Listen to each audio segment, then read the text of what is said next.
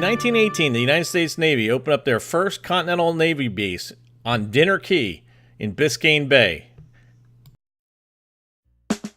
In 1927, Juan Trippe got a contract to move mail between the United States and Havana, Cuba.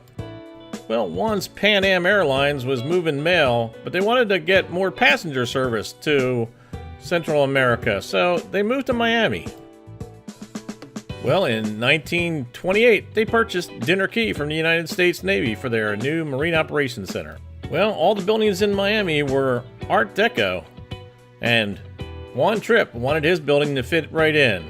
So he built his new Marine Operations Center at Dinner Key in an Art Deco style.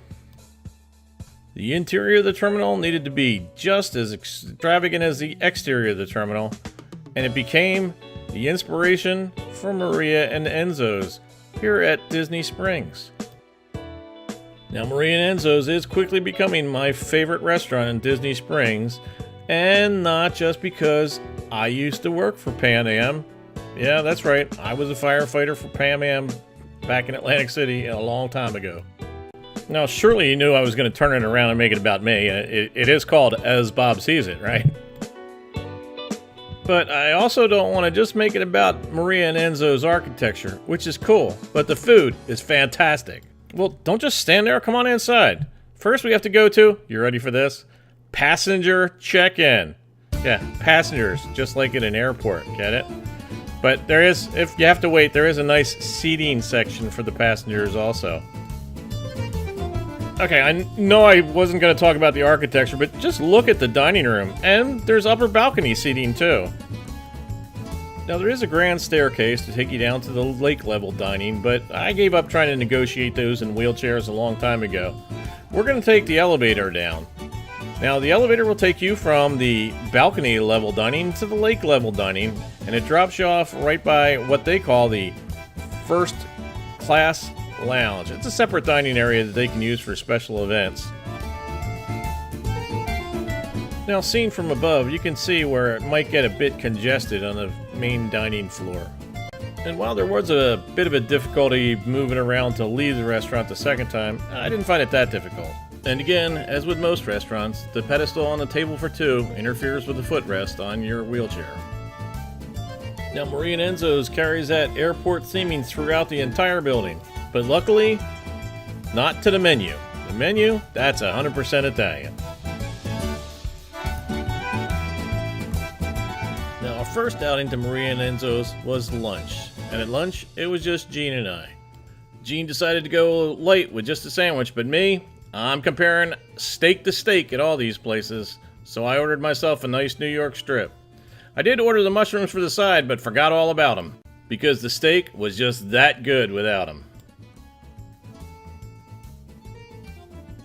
Now our next trip was a party for four for dinner, and it was steaks all around. Jean said she could cut her tenderloin with a fork. Our party member with allergies found she could eat just about anything on the menu here. And of course there's the one lone holdout who has to get chicken.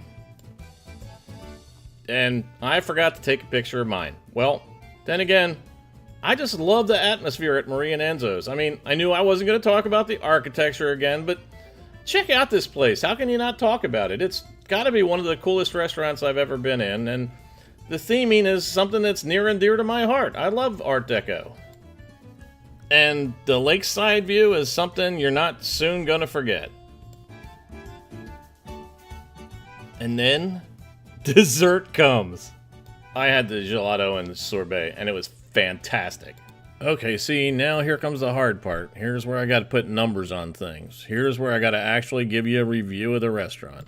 First up is atmosphere. Okay, did you expect me to give it anything but a 4 about the atmosphere? I mean, I've been talking about it the whole time. This is the best architecture of any place I've been at in Disney Springs. Come on, look at this place.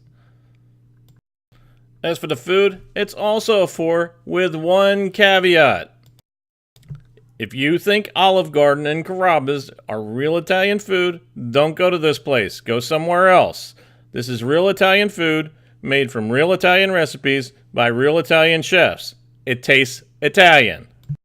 Now, in the category of accessibility, we already talked about the tables, but their whole floor layout leaves a little bit to be desired. There's really no channels to go through in a wheelchair. The elevator itself is kind of small. It was big enough for our party, but it was on the small side. But I want to talk about the restrooms. Come on, you knew this was coming. This is the single handicap restroom. When I got there, the latch on the door was broken so you couldn't lock it. There was no toilet paper and there was trash on the floor. So I used the men's room, which was fine. And I gotta be honest about the value too. I love Maria and Enzo's. It's a great place to take your sweetheart, your wife, your girlfriend. It's not a real great place to take families. It's expensive. Yeah, that dinner for 4, that cost me well over $300. So am I going back again? Well, heck yeah, I'm going back again. I love this place. The food is excellent. The atmosphere is fantastic. I can't say enough about Maria and Enzo's. I really, really do like this restaurant. And now back to Dinner Key. Pan Am opened their marine operations terminal in 1934 and closed it down again in 1945 because they moved all their operations over to its other facility, which is now known as Miami International Airport. In 1946, the city of Miami purchased the Key, and they used the Marine Operations Building as their city hall. They still do to this day. Now the Globe, on the other hand, that was going to be a problem. It was 10 feet across and weighed 3.5 tons, and it was in the way. Sure, people came from all over the world to see it, but that's where they were going to put the council chambers. What are they going to do with it now? Well, if you must know, in 1951 they took it out, and in 1960 they moved it to the Miami Science Museum, while the building was still under construction.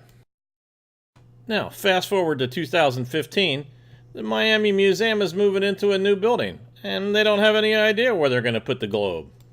They especially don't know how they're going to pay for it and how they're going to move it. As of February 2018, the Museum of Science Curator of Arts and Collectibles, now called the Frost Museum, he stated that the Globe was in the process of being relocated, but he wouldn't elaborate on any details.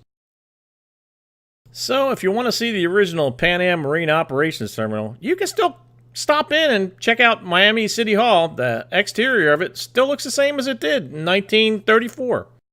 But if you want to get the true flavor of the interior, the best you can do is Maria and Enzo's at Disney Springs.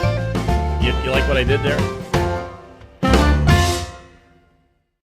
Now, Emmy, she doesn't get to go to the restaurants with us, but she still wants to know if you've liked and commented. If you did like the video, go ahead and subscribe. And when you do subscribe, don't forget to click the bell icon.